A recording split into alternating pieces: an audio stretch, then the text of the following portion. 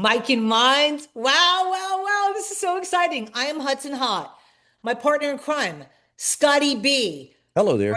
therapist, Alan Wagner, LMFT. And a special guest today. It's my best friend, Larry. Larry! Hi.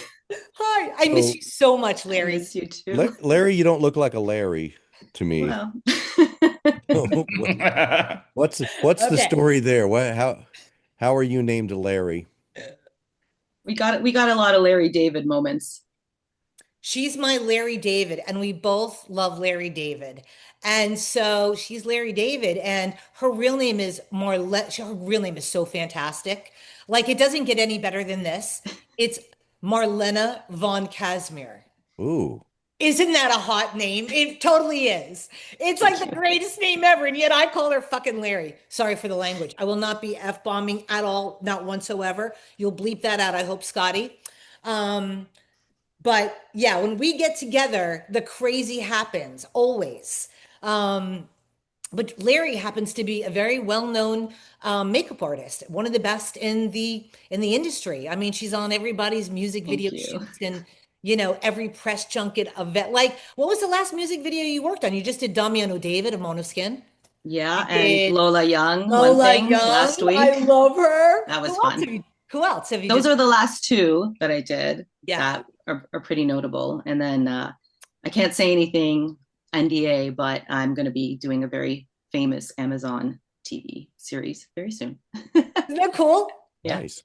yeah. Larry's the best. And I thought for today's podcast, because we're talking about girl brain, we're talking about the mental gymnastics that women have going on in their brain from just one little heart emoji or a text message or a photo that we find that we all of a sudden have to investigate and go down some weird rabbit hole. And we are not alone. It's girl brain. And I think Alan, our therapist, can agree. Do you deal with a lot of this? I do. It's funny that you're talking about this because no, it's interesting. I always kind of think about men and women being so different from each other, even though I know a lot of people would disagree with that. But when I think about what you're talking about, girl brain, it's like women are playing chess sometimes. It's like they're always like four steps ahead of like, okay, why is it taking him so long to return this text? Or why did he heart this other person's picture? Or why did, I think there's a lot of things they're kind of thinking about, which is an advantage in a lot of ways professionally and definitely in marriage. I think thinking four steps ahead is how you get ahead. But I think in suspicion or in fear or in anxiety, it's amazing how like a small thing like what you're talking about on social media, maybe some because guys don't really, I'm sure Scotty would agree with me on this one. Guys don't really use social media that much. And it's so easy that your relationship status might not be changed, or maybe there's an ex somewhere in there that you just forgot about. And again, we're not curating our photos probably the same way that women are, but it's different. That's for sure. Yeah, definitely not hypersensitive to someone liking or not liking something. I'm sure there's something you read into, hey, why didn't so and so like that? Yeah, no, 100%. Like, we had talked about this. And Larry, do you ever feel this way that, like, okay, all of a sudden you put up a really fire Instagram story? Again, Scotty, Alan, they don't do social media. Right. But as a woman, you put up this really great photo of your dog, and it's a really cute photo. And, your friends, all your close friends, they don't heart that. And you're wondering, really, why did Right. they heart that? Right. Like, why would you not? Why We're would you friends, not?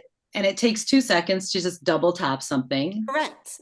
But immediately, and especially if it's a friend that you're really close with, and they always heart everything, but this one time they don't, and you love this post or whatever it is that you've done, and you're just sitting back going, huh, Hmm. are they mad at me? Like, what's going on? Like, Right. and then the delusions start, and you start going down rabbit holes. I will give you an example. The other day, I received a message. Somebody had told me that I looked really good. And I say thank you because you know what? I've been working out for the last 2 years every single morning at 4:30 in the morning. All right. It's been hard work. It just didn't happen overnight. And so I take all that, like when somebody says something, And then they also had said that, they had missed me. And then immediately, and I haven't, been speaking to them that often. And I sort of went down this weird rabbit hole. Huh, what does this mean? Why Right. they say that? Are they trying to, like I had all these thoughts for like 4 hours all by myself because I read it at like 4 o'clock in the morning. Well, And I I think we talked did about it and we were also creating things together correct. because we were wondering, I was going, well, did this person ever act complimentary to you in the past? And you're Right. like, no. So we're like, well, that's even stranger. Right. So I'm talking Yeah. to Larry about it, right? And then so she, who happens, and this is another thing that women do, whatever it is. I mean, I remember being single and, well, not single, I was dating somebody and I had weird feelings. Of course I did. And Larry played detective. I had Larry go and check on things for me, which she was all over, like, because she's a professional, just like I am, digging back into old Facebook messages, looking at that photo, the timestamp. Alan, do you know what I'm talking about here? Is this normal? No, I mean it is, and it's not healthy. I won't say it's not No. normal, but I think it's sort of like the intuition thing. And again, there's so many reasons why someone could be in your story on like an Instagram because it just plays, or it's a reel, or they're scrolling, and so sometimes them not hearting it is because they really didn't even see it. It's just assumed that they did because for a fraction of a second. But it's. I always remember this time in class, this teacher, and when I was going to grad school. And he would talk about a song on the radio. And he would say, has this ever happened to you that you've been in the car and you were singing a song in your head and you turn on the radio and that song's on? And everyone's like, of course. Oh my God. And like, yeah, that happens a lot to me. And a lot of people were all agreeing that that does happen a lot to them because they were remembering all the times that it happened and they weren't remembering all the times they were singing a song on their head and they turned on the radio and it was a different song. And it's funny how people sometimes grab onto certain things and then other things they forget. And it just seems like it happens all the time, but it doesn't. But here's something that I'm wondering. Could it stem from something like a trauma or a past experience? You know what I mean? That's a trigger. Because I know only now, because being married to you, you're my husband and also a therapist, and you've helped me like understand certain things. Like I was cheated on, right? And so I have so many certain things will trigger me and they are not true. Absolutely 100% not true. And I know this. I full on know this. But if that trigger hits me the wrong way, I'm back down that rabbit hole and I'm like raging about something that I deep down know that's not true. And like, but I do know now that it's something that happened in my past. Like being cheated on is a really horrible thing. It's got to be like one of the worst things that could happen to you. You know what I mean?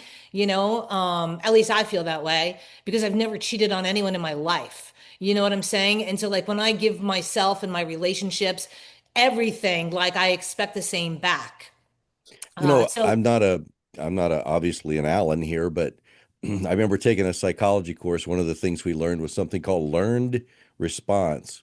So people might have the same exact experience, but because of their past, it is their learned response to it. So that's completely reasonable that you would be more suspicious than someone who's never been cheated on from something that is innocent. Look, I mean, I think there's different attachment styles. There's secure attachment, there's anxious attachment, there's disorganized attachment, and then there's avoidant attachment. And I think when some people have a secure attachment, it's not a big deal. I don't think they read into things that much. But I do think I hear what Hudson's saying. If you've been cheated on, then I can understand if you didn't go to therapy, or I'm not, this isn't about Hudson, this is about anybody who's listening. Of course you're going to have that trigger, that response because, maybe it's even just a friend that stabbed you in the back or a sibling. But it's hard to trust people once that's happened, and we don't want to be a fool. So a lot of times we will extrapolate things and look like 4 steps ahead of something that's not. But I do think that just personally, I think people are really self-absorbed, and the chances of them really thinking about you is not likely. and most things mean nothing. And most people are very much into their own life. And even if they sent like that email that you guys were talking about, even if they sent a nice email, it could be because at 4:15 p.m. on that day, they were just like, oh, I miss Hudson. She's so great. And they send it, and then they don't think about you again for months. And so it's It doesn't mean anything. It doesn't mean they want to hang out. That doesn't oh, mean they want you to come over to their next party. You know what I'm saying? Like, yeah. no, right. Like sometimes your boss just wants to see you and they're not promoting you. And, maybe that just happens, or they're just complimenting you and there's really nothing else besides that. But I know that a lot of times with women and men, it is different. And Scotty, I'm sure would agree with this, that we're very much in the present. I feel like we're not 4 steps ahead. We're not playing chess. And so sometimes like we're not keeping track of how long it's been since we returned a text. And to a woman, she may be looking at it minute by minute as value of like, wow, it's Yes. been 2 hours. 100%, If right, I didn't Larry? Yeah, stop me at all. absolutely. Yeah. Listen, Larry's my best friend. And I mean, like, if Larry didn't text me back, right, Larry, would I Well, go crazy? yeah, but see, I find that because we're like that, like if you and I are too busy, like Hudson and I will be like, hey, sorry, I can't respond to this right now, or I didn't mean like it didn't mean anything. So we're like over explaining We just over so we explain don't start thinking bad things, you know? Mm. because we've Yeah. totally go, and we're best friends. I mean, like, I mean, if there was ever a best friend in my life, it is Larry. Larry knows me like better than anyone, even better than you, Scotty. But like honestly, and so like even with Larry, if she wrote something to me the wrong way, and not like she wrote it the wrong way, I will like, are you mad at me? Like, Right. right? Yeah. Yeah. I Like will, we get those texts all that, like, are you mad at me? Is she mad at me? Like, what did I do? But it's just also we have a time difference and we're not in the same state and like we have different schedules.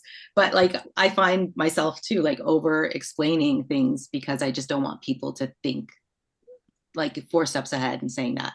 is there a But way for guys to grasp this? Because I feel like women are just overthinkers about everything. I think if they want to be like helpful about it, it's just like nudge the guy. I think a lot of times we just become very absorbed. Maybe we're like staring at some statistics or we're staring at some like who knows? Guys can just get very much in the present and down like a wormhole. And it's very easy for an email to just get lost or a text message to get lost. And it's not personal. People forget an anniversary and it's not Mhm. personal. It's not a statement of value. It's just disorganization, if that makes sense.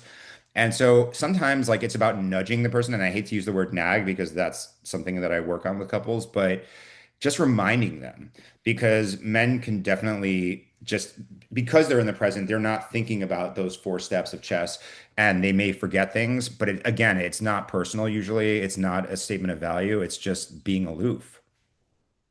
So then No, that's a good. Alan, I'm sorry. Sorry, go ahead, Larry.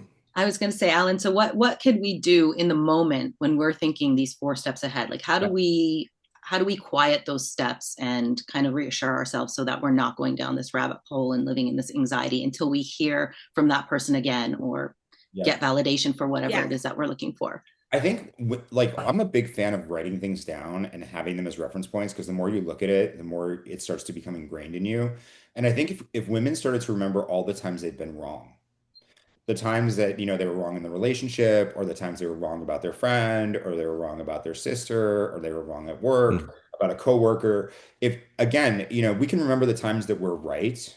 And I think that's something that a lot of women do because they have their intuition has led them to good places. And a lot of times it's like, oh my God, he really was cheating, or he really, I understand that those things do happen. But I think it's like if you can just have a reference point and just try to start remembering that it's not every time. It's just sometimes. And again, I like the nudge thing that I said before because I think if you just check in with the friend, it's like, oh my God, I was so swamped at the grocery store, I totally forgot. Yeah, I'll be home at 5 and let's talk. And it's like that would be something that would reduce anxiety because I like that you guys say that to each other. I wish more people responded like, hey, can't talk right now. I'll call you back later. And Yeah, then Larry's really good about it. Scotty, not so much. Yeah, I was going to say that's something that I know is a weakness of mine, even just to say received or got it. I will look at something and I read it and I take it in and I'm like, okay, I got that. yep. But that other person doesn't know that I read it and I got that. Right. We don't know. But that's the thing. How come women are really, I mean, I would say just for Larry and I, like we have that relationship, you know what I mean? But as a rule of thumb, I think it's mostly women that go down rabbit holes. Like, if I don't text you back, Scotty, are you worried that, you know, well, she's mad at me? No, not. No. Okay, I'm going to send you a text message right now. Okay. Okay. And I want you to decipher what this means. So you All guys right. talk, and We're I'm going to going send real you a time. message We're because going I'm real time curious with the to message. know. Okay. All right.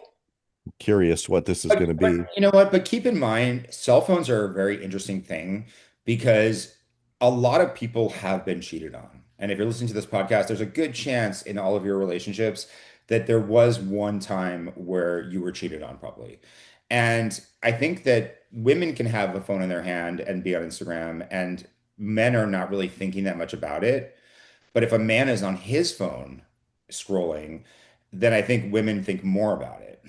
And I think it's Yeah. something just to think about too, is that if there has been, trust issues in your life, have you dealt with it? Do you understand that you can't generalize people? That, just because there was a man who was a really good liar or, was putting himself in situations where he wasn't trustworthy, does that mean that all men are like that? And I think sometimes we have to think about like our fathers, our brothers, our friends, or coworkers that we like and respect and think, did those people do bad things? And if they don't, then it's like I guess you just picked a bad person in the past. But how do you start to look at it as individual people and not generalize? Okay, I sent you a text. Yeah. Shall I read it? Yeah, go ahead, read it. Scotty, you look really hot today. That's a good shirt. Okay, so now how And do you take that? how do I take that? Well, Yeah. I take it as, well, if that's absolutely true. Uh, But no, like, it's funny, but because it's you, yeah, I don't take it any way other than you're just trying to context say a that, like, nice I'm giving thing. you a compliment. That's how Because you that's what that speak. was. Yeah. Yeah. Right. Because you know me, I'm like, oh my gosh, you look so hot today. Like, that's just how I speak. But I But get what you're saying. If that was somebody that was from my past that I correct. had a relationship with, Yeah. how would I take that? Right. I think the word hot would be a trigger. I would be like, that's different. It's not like you look nice. Right. Hot implies something deeper and more uh action oriented. I don't know. But do you see, but you wouldn't, but how much time would you spend on that? Now, would you put the conversation down? You wouldn't respond to it. And then you'd put a little thought into that thinking, Well, okay, okay, to be fair, I've had someone from the past come through Facebook, okay, and send a message. And I spent a lot of time trying to figure out how to respond because I don't want to lead them on. I don't want them to think I'm thinking that this is a possibility. But in your mind, you're also flattered. right. So there's a lot of like sometimes in life, and I'm just being honest and forthright here. You don't get a lot of compliments when you're in a long-term relationship because you just are with that You're a person married guy. and they don't. And it So sort to of have reminds someone me of the, else, so I have someone from the outside saying something complimentary, it kind of hits, and you're like, oh, well, that's nice to hear. yeah, I think we were talking about this the other day. If my neighbor was to come over and I got a haircut and she said, "Oh my God, I like your haircut," or "That's a great shirt on you," would I think anything of it? And I wouldn't. No, Not at all. It wouldn't even give it a second thought because I've totally desexualized that person and Right. they're just my neighbor, you know? So right. that's Scotty's point. But I think it's interesting because women and men can do different things in how they present themselves. And if you were to look at most women's, let's say, Instagram accounts or Facebook accounts, they're usually posting kind of sexy pictures of themselves. And, I know Hudson, my wife, is a very sexy woman. She works out, and you can probably see that if you're watching the YouTube right now. But, she'll post these pictures with her cleavage, and, there's no shame in her game sometimes. And it doesn't bother me at all because I know she's just expressing who she is. But I can also understand that if I was to start posting sexy pictures of myself on social media, Hudson would probably have a different feeling about it. What do you oh think, my Hudson? God, it's so I was double, like sitting there it's like double posing standard. at the camera, with like facial hair and trying to look all sexy and dark and moody. Right. Okay. Yeah, correct. I think there's a double standard.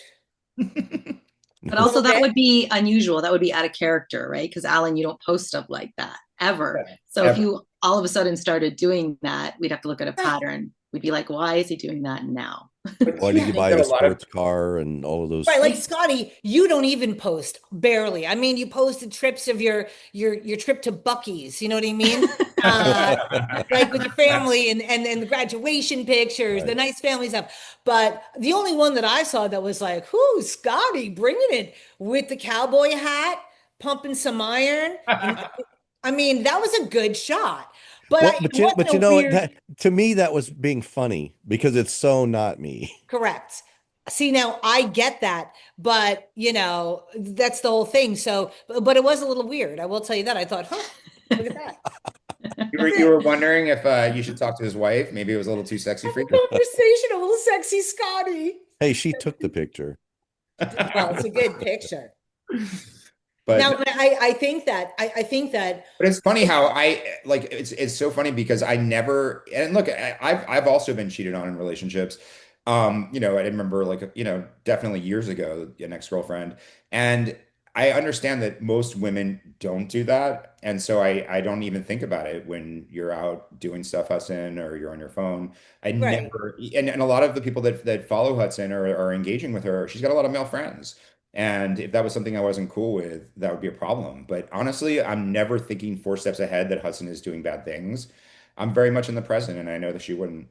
So Yeah. so how do we, as a doctor, how do you recommend couples that struggle with this where one of them is in I don't know, just always concerned and worried and all that sort of stuff, and the other one is just completely innocent and feels like, well, you're just overreacting. I mean, there's got to be a I understand moment for each other, right? Yeah, look, I think in relationships too, we have to sort of look at the fact that everybody has trauma in their past. And what can we do to relieve that? If we're especially because sometimes people are doing bad things. And I can understand that a person has that trigger. But when that's come in, it's like that expression of gaslighting you hear a lot. People are kind of like talking the person out of it. They're crazy. And so it almost makes them more of a detective, more of a person of like, okay, there's something really weird going on now. Yeah. And I think that obviously as a therapist, as a marriage and family therapist, I think people should, if you've been cheated on or if someone has screwed you over financially or has screwed you over in some other way, you should go to therapy and work on trust issues because it shouldn't affect every other future person you engage with who's not like that. And if you're not going to do that and you have a partner, let's say who won't go to therapy and he or she has that issue of trust, then for a little while, maybe 3 months, if they're texting and they say, who are you texting? Just show them your phone. My brother, my friend, and Yep. again, if you can hand your phone over to your partner at any given time and have no fear, then there's nothing to worry about. And I wish, but again, it's not a good feeling to not be trusted. So this is a temporary situation of how many times can a person have that intuition be wrong and be like, okay, he really wasn't doing anything or she really wasn't doing anything, but you can't keep doing it forever because no one wants to live in a magnifying glass where they're a bad person. So I think you have to definitely go to couples counseling sometimes. The individual who's been betrayed in some way, maybe it's their family, maybe it's, like I said, it could have been a business partner, screwed them at work, whatever it was that was a trust issue for you. You got to work through it because no one should live like that. But again, I think as a partner, we can be supportive in showing that person that there's nothing going on. Hmm. Some good information to take away today. Like, is I mean, again, we're not talking about cheating. We're just talking about the way sometimes our brains work with things, seeing something and then believing it, and then investigating it and going to a different level because that's what we do. And We and we and help me with this too, Alan. I think these are great conversations to actually have in a time when things aren't heated, just to say, hey, I want to talk to you about the way I feel sometimes. I have this, and it's probably me because of my past, but I get insecure. And you just start there and let the other person feel your heart and not in a judgmental way, just say, hey, this will help me. It's nothing you're doing, probably. It's just me, but it would help me if you blah, blah, blah. I think people have to be aware of fight or flight. I think once you're in fight or flight, the person in front of you is a person that you don't love and trust anymore. And it doesn't matter who they are. It could be your kid, it could be your partner. At that point, you feel they're against your happiness or there is something else going on. And I think you have to be aware physiologically if you're in that state, like to what you're saying, Scotty, if you're calm and you're having the conversation, that's one thing. But if you're in fight or flight, that's when you're going to look at that person and you're going to start pulling loose examples from the past. And you're going to say, like, just like the time he did this 6 months ago, just like the time she did this, last year, this is reminding me of that. And you're going to put together a crazy puzzle. And you're probably going to say to that partner in the middle of a conflict that should be supportive, you're going to start accusing them of never doing this or always being on their phone or always coming out, let's say at 3 a.m. or whatever it is. And maybe it happened once. And now that person is defending themselves and saying, that's ridiculous. I don't always come back at 3 a.m. or I'm not always on my phone. And now you have a defensive posture. Instead of a person who's listening to you, you have a fight or flight situation where both people are in it. And one person's defensive and the other person is just throwing insults and mistrust and examples that really don't add up in a calm state. But in that moment, it makes sense to them. Totally does in that moment when you're in that moment, you know what I mean? Because you're just cycling and you're going from one idea to the next one, and then the next one it gets bigger and bigger, and none of it turns out to be real, But Huts, don't you think a lot of that stems from like the lack of communication? Because if you're not getting communicated with appropriately, you're just making stuff up. It's true. I mean, communication is totally key. But even sometimes, even with someone that you really do communicate with, a trigger is a trigger. And one little thing could set you over the edge. I know I've been there. I mean, and even though, even for me, I have such a great relationship. I have the best relationship I've ever had in my entire life with that man right there. I mean, he really, I am so thankful that, the universe put us together and I found the one who gets me, who puts up with my crazy, who knows to bring me back. You know what I mean? The only time I've ever been brought back, honestly, was when I would do my radio show with Scotty, because I would go off on crazy shit. And he would bring me back to life. But to have that in a love relationship is really, it's so special. But even though our communication is good, I have full access to his phone at any time. I have it all damn day long. I could look at anything. There's nothing off limits. We really trust one another. And even though as much as I trust him, there could be something that is a trigger for me and I immediately can lose my shit. Sorry, Scotty. Sorry. Just more editing.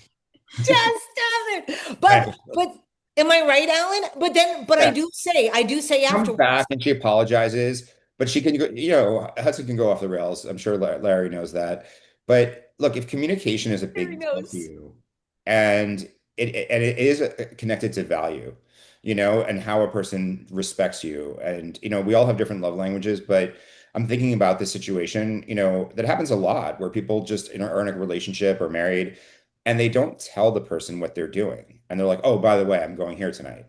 And the person maybe was expecting something else. And sometimes not telling a person, what the plan is or just shifting on them can feel disrespectful. And maybe if people take that more personally, or if you don't tell the person you love them or you don't compliment them. And so I think if you need those kinds of things to feel secure in your relationship, and it's like, look, when you tell me I look pretty, or if you compliment my hair, it really makes me feel, beautiful.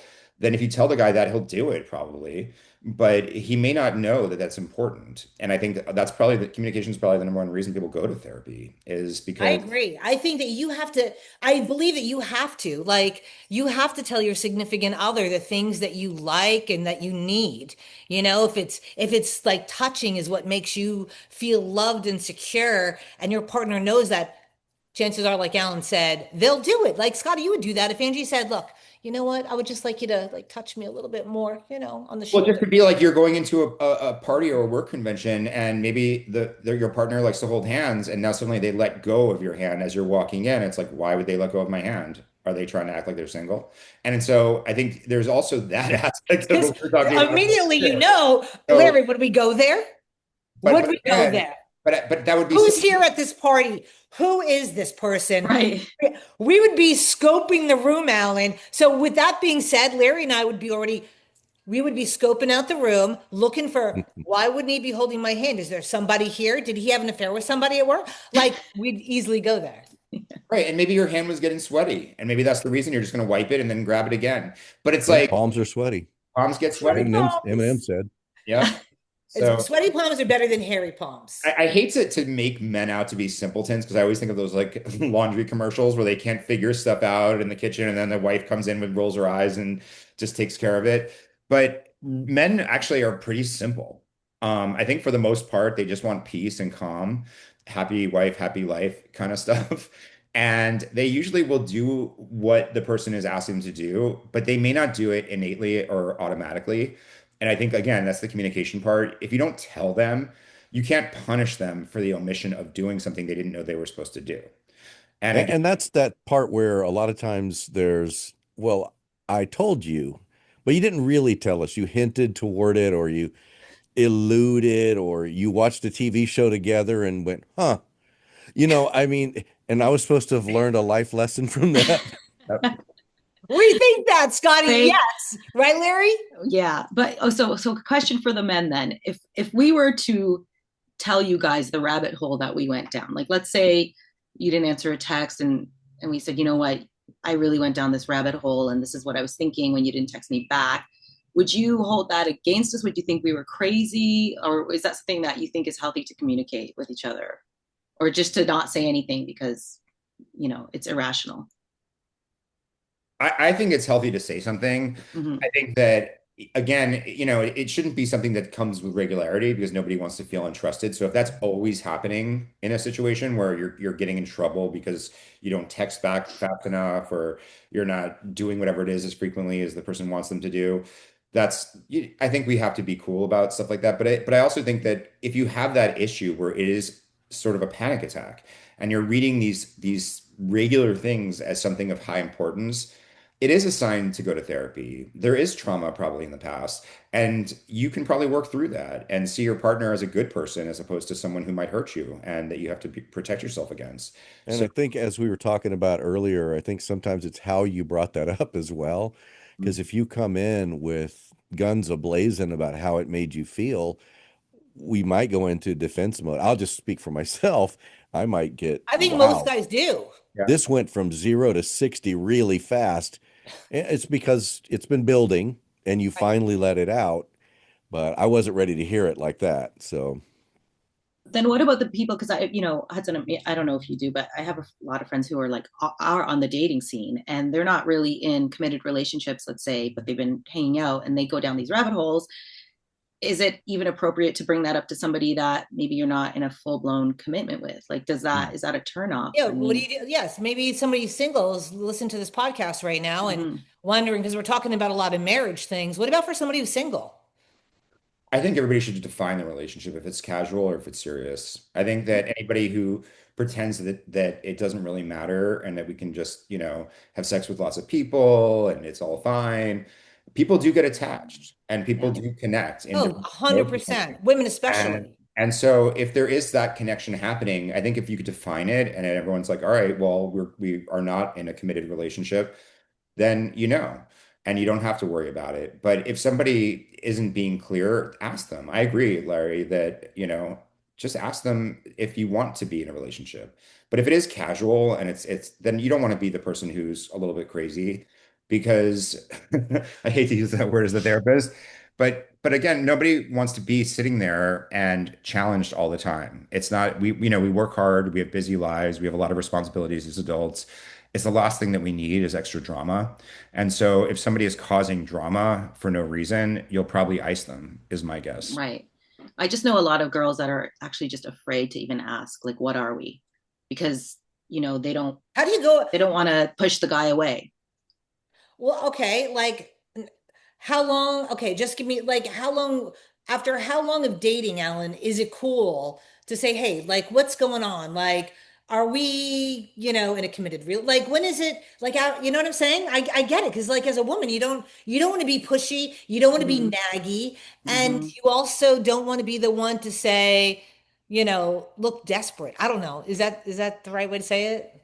Look, I've often said that it takes about 3 months for a person to show you who they are.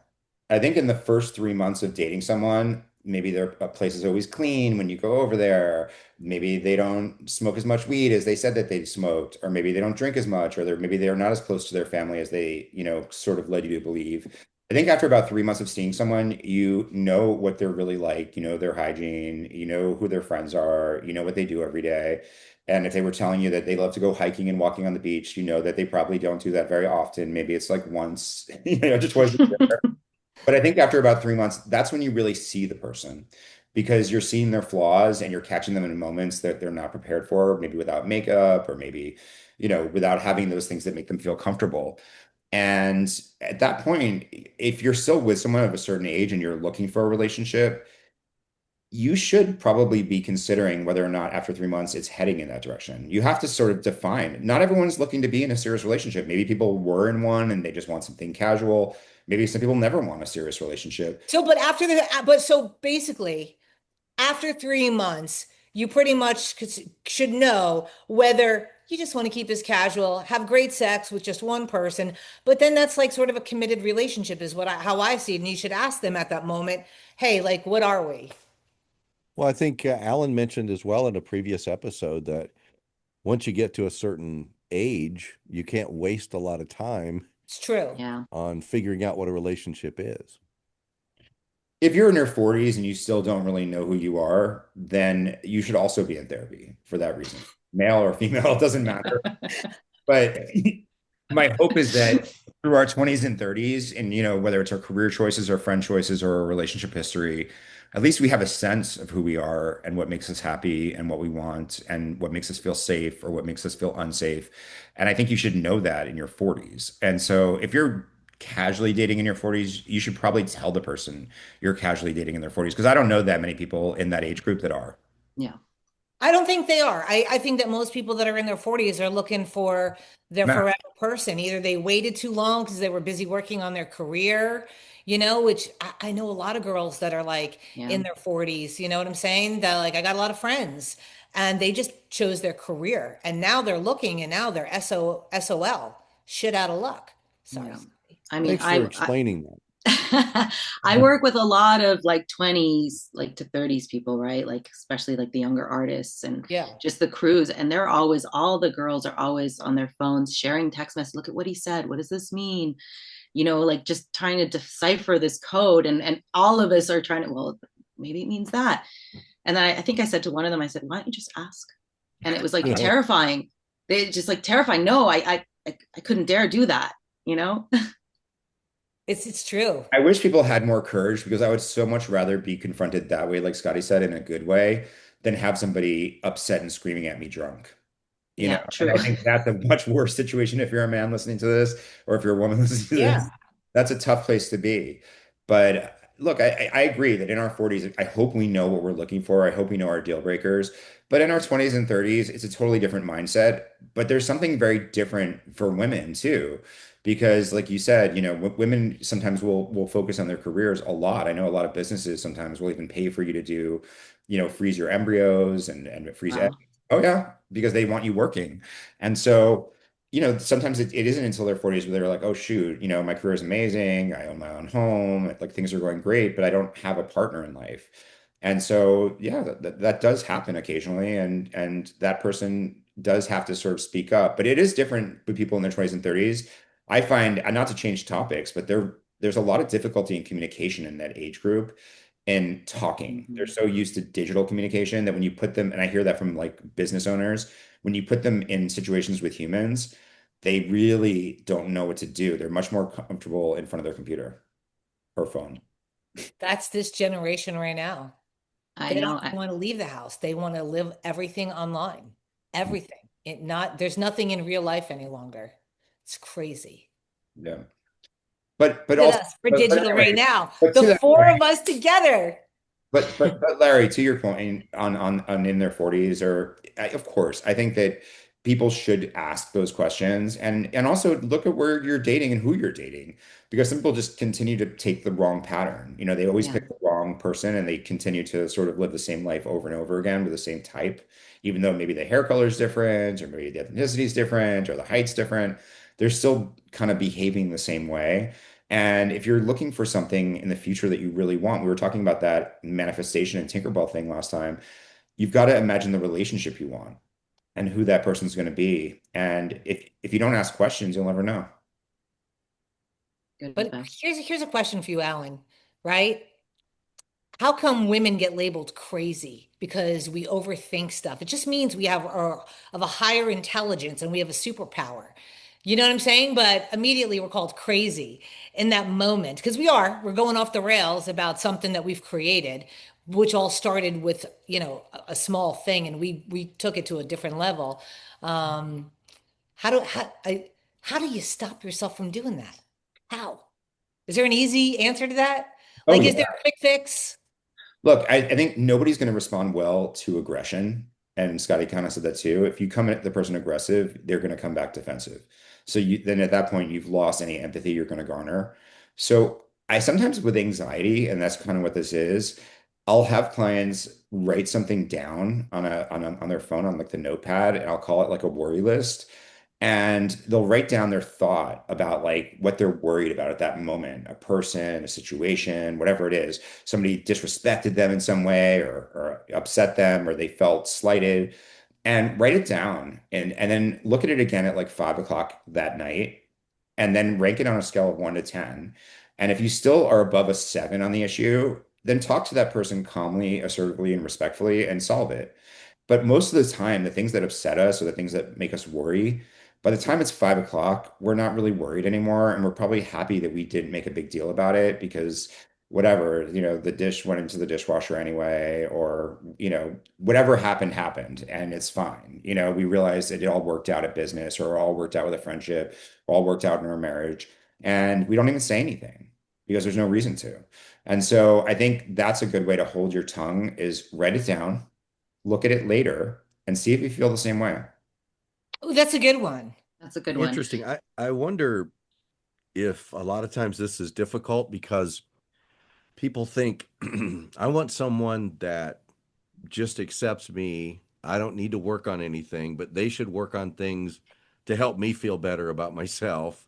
Mhm. But you're saying put it on yourself to actually make an effort to figure yourself out, do some work on you instead of just putting it all on that other person to figure you out. Making decisions with emotion is never a good choice, and communicating with emotion sometimes can be very harmful. So I think sometimes really thinking about it and working on ourselves and calming down, we're going to say it better and probably get the response we want if we're calm. But again, there's a lot of things sometimes that worry us in a moment of, oh shoot, we're going to be late for this, and it all works out somehow, and nobody's upset, or whatever the situation is. It usually does kind of work out. So you don't end up saying anything to the person. There's no reason to. But I would much rather have calm communication with somebody. And if you need them to be more verbally validating, tell them. If you need them to be more transparent in some other way, financially or whatever that is, tell them. If you need them to be actually making plans in the future to make you feel important, tell them that that's something that makes you feel important. And if you do, people will generally want to avoid conflict. They'll do it. Yeah, I would guess that people in long distance relationships probably have the craziest mental gymnastics. No, for I'm real. not sure. I'm not sure if you have any clients like that, Alan, who are in long distance relationships, but imagine not even being able to even see that person at the end of the day after like not hearing from them and just wondering what's going on. No, that's terrifying when you're talking about time zones too. 'Cause Yeah. I have a lot of entertainment clients, and if they're shooting in Europe or they're shooting on the East Coast, the time could be so different when they get off set, and sometimes the communication doesn't happen, or they're up earlier, or and I understand. I'm not a person who typically, again, I don't make recommendations. I'm a therapist, but personally, I wouldn't encourage somebody to get into a long distance relationship because I do think you need to have, some sort of consistency of contact that leads you to feel more connected. But if you're in a long-term relationship and maybe the person has to do something for 6 months, which happens in entertainment a lot, like That's Larry. Larry's got to go. Me soon, 3 months, I'm going She's away. going to work on that TV show. there you go. And so maybe they Yeah. go to Vancouver, maybe they're going, Yeah. Carolina for whatever it is for 3 months. but you're in a stable relationship already at that point. So you've got to just figure out what is going to make you feel safe. Some people Yeah. will do like a timestamp shot of themselves going back to the hotel room after, because I've seen a lot of people who tour, whether they're bands or comedians, and it is scary for their partners because they're in hotels. You don't know what happens after the show. But if they just text you that they're back in the room and it has a timestamp, or they FaceTime you before they go to bed, if that's going to make that person feel better about the time that you're gone in 3 months, 6 months, do it. Why wouldn't you? Yeah, of course. Because how many months are you going to be gone? I'm going to 3? be gone for 3 months. Yeah. And Larry's in a relationship. And You're in yeah. a relationship. Yeah, and it's different. It's going to be different time zone. I mean, I think like with a lot of my friends, because I'm a transplant. I grew up in Toronto and I'm here in LA. A lot of my friends understand that we can't communicate as often as we used to, and we've been friends for so long that they just understand that. But friends, the dynamic between friends and romantic partners are completely different, and the needs are different as well. But intimacy is intimacy. Yeah. And friends, I could be the same thing. I think for some people, it's the people that we feel most connected to. It's people that we feel the most trust with. And are they doing the things that make us feel safe, that if we were to fall, they'd catch us? And if we don't feel that safety, we have to sort of figure out, like to what you said, Scotty, within ourselves, what makes us feel safe and communicate that. Because I think if people do the work individually, as most of my clients are women individually, but if you're doing the work individually to sort of understand what you want, but looking at things, in the moment calmly and then addressing them in an assertive way, it's a much healthier way to be. And I think the differences between men and women are so unique.